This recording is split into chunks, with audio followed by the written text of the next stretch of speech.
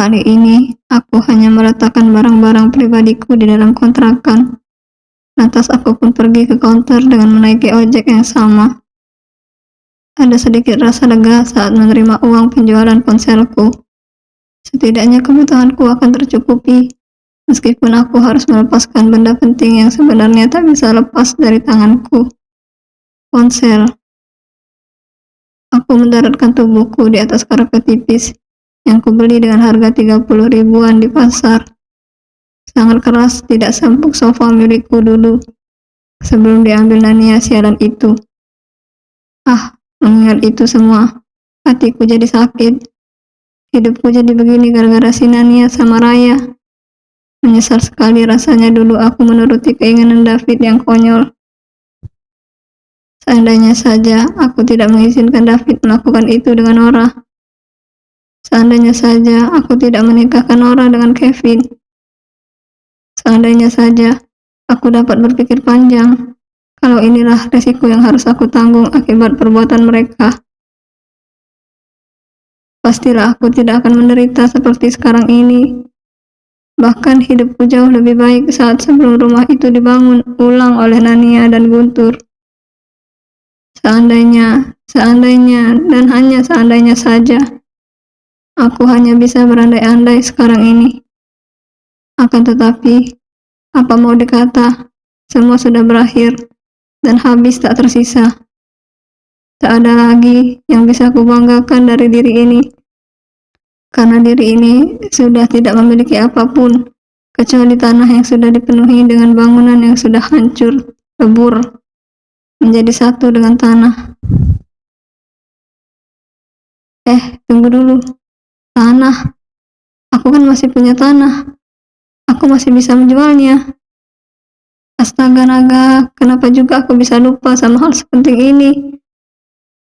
Masalah rumit dan pelik membuatku menjadi tak bisa berpikir jernih.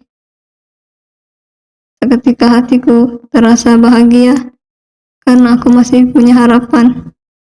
Aku akan menjual tanah itu dan membeli rumah yang lebih kecil. Tak apa, meski kecil asal milik sendiri dan tidak perlu repot-repot membayar kontrakan. Akan tetapi, aku sedikit tersentak saat mencoba mengingat di mana aku simpan sertifikat tanah itu.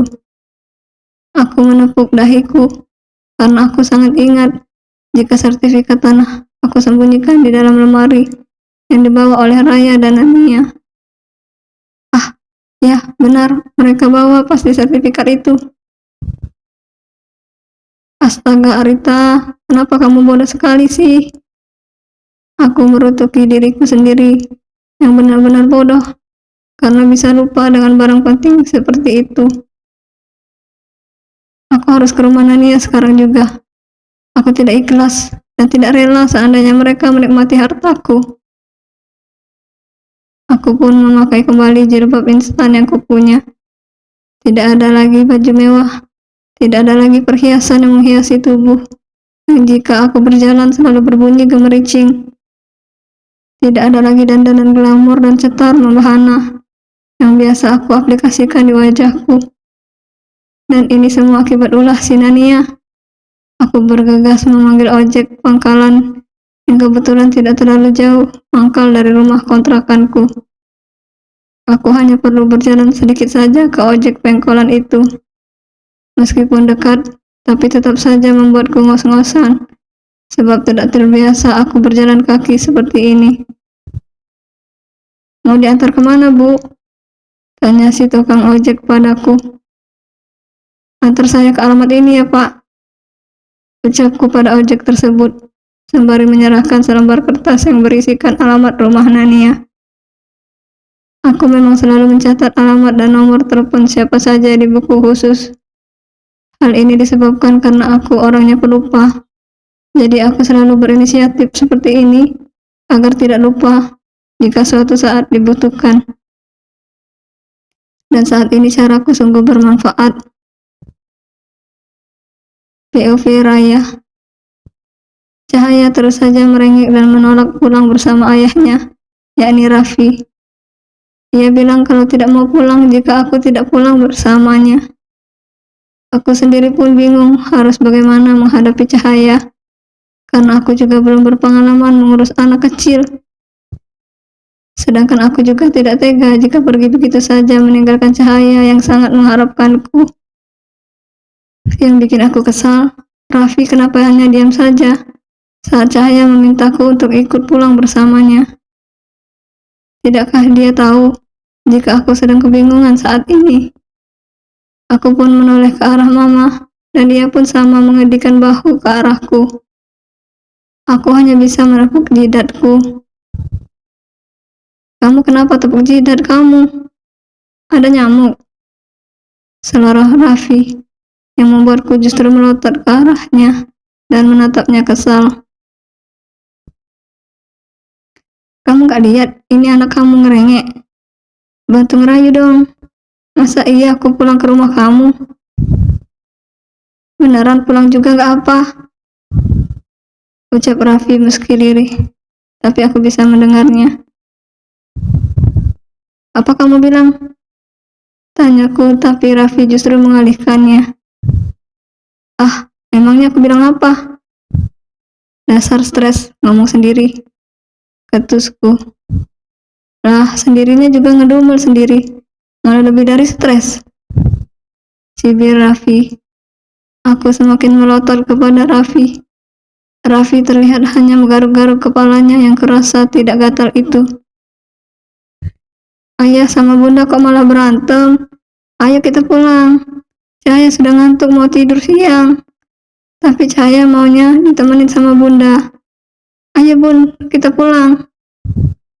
Ajak Cahaya yang kini sudah menarik tanganku. Aku kembali menoleh ke arah Mama, dan Mama tampak mengangguk ke arahku. Aku akhirnya terpaksa mengikuti kemauan gadis kecil yang sempat membuatku menyukainya ini. Mama terus sama siapa? Tanyaku ke Mama pada akhirnya. Ah, gampang, kan Mama bisa pulang sendiri. Ya sudah sana, kasihan tuh anak teman kamu, sudah ngantuk. Siapa tahu nanti kamu ketularan hamil kan, karena sayang sama anak kecil. Apa-apaan Mama ini ngomong begitu? Kurasa wajahku sudah memerah bak kepiting rebus lantaran selorohan Mama di depan Raffi. Duh, rasanya ingin sekali kututup wajah ini di balik keteknya Sun Gokong. Mama nih ngomong apa sih? Cerai aja belum, nikah lagi juga belum, kok udah ngomongin hamil? Gerutuku di telinga Mama.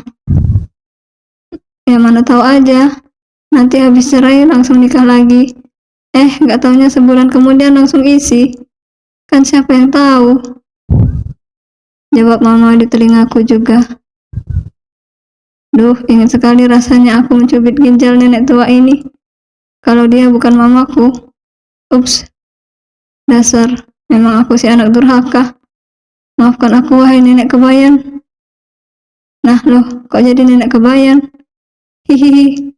Maaf, karena aku ingatnya si Upin Ipin ini kalau nenek kebayan suka sama anak kecil. Ahem, ahem, ahem, ahem.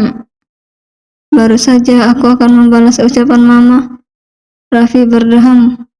Aku sontak menoleh ke arah Raffi dengan mengerutkan dahi. Kamu kenapa? Keselak biji toge? Ah, bukan. Ini kesedek biji terong. Hampir saja aku tergelak. Kalau tidak mengingat, aku harus menjaga keanggunan dan keeleganan diriku di depan Raffi. Aku tidak mau memperlihatkan kebarbaranku, sehingga membuat Raffi akan memanggilku dengan panggilan lain yang lebih menggelikan dari ayah-ayah wae, seperti yang biasa ia semurkan padaku.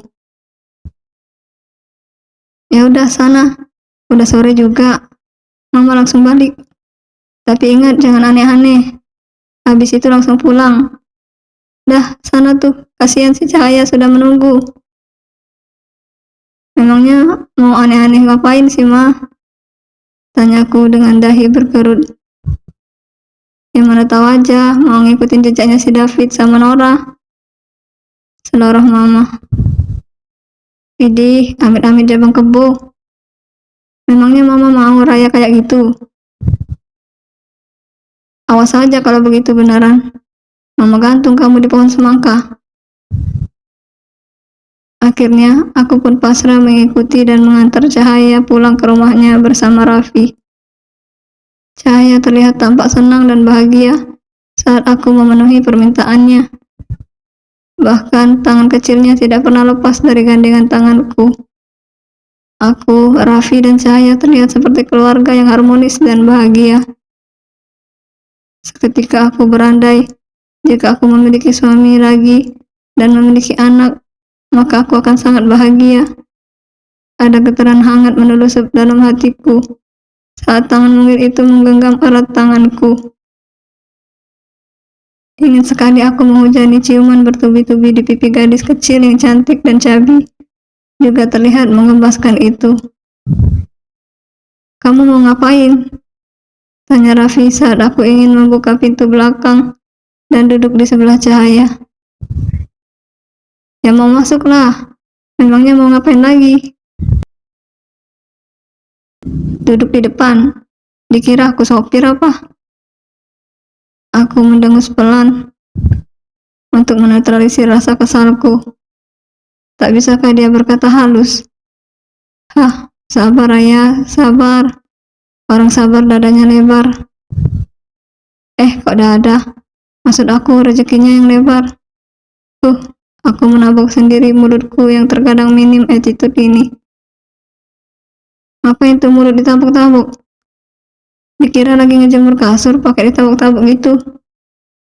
Ucap Raffi masih dengan nada ketusnya. Suka-suka akulah, mulut-mulut aku. Mau ditabuk kek, mau dipotong kek, apa urusanmu? Ketusku balik pada Raffi. Raffi terdiam, namun aku masih bisa mendengar gerutuannya. Daripada ditabuk atau dipotong, bagus lagi aku cipok. Kan mubazir barang sebagus itu. Aku menoleh ke arah Raffi dan mendelik kepadanya. Seketika Raffi menyengir memperlihatkan barisan giginya yang rata dan juga putih.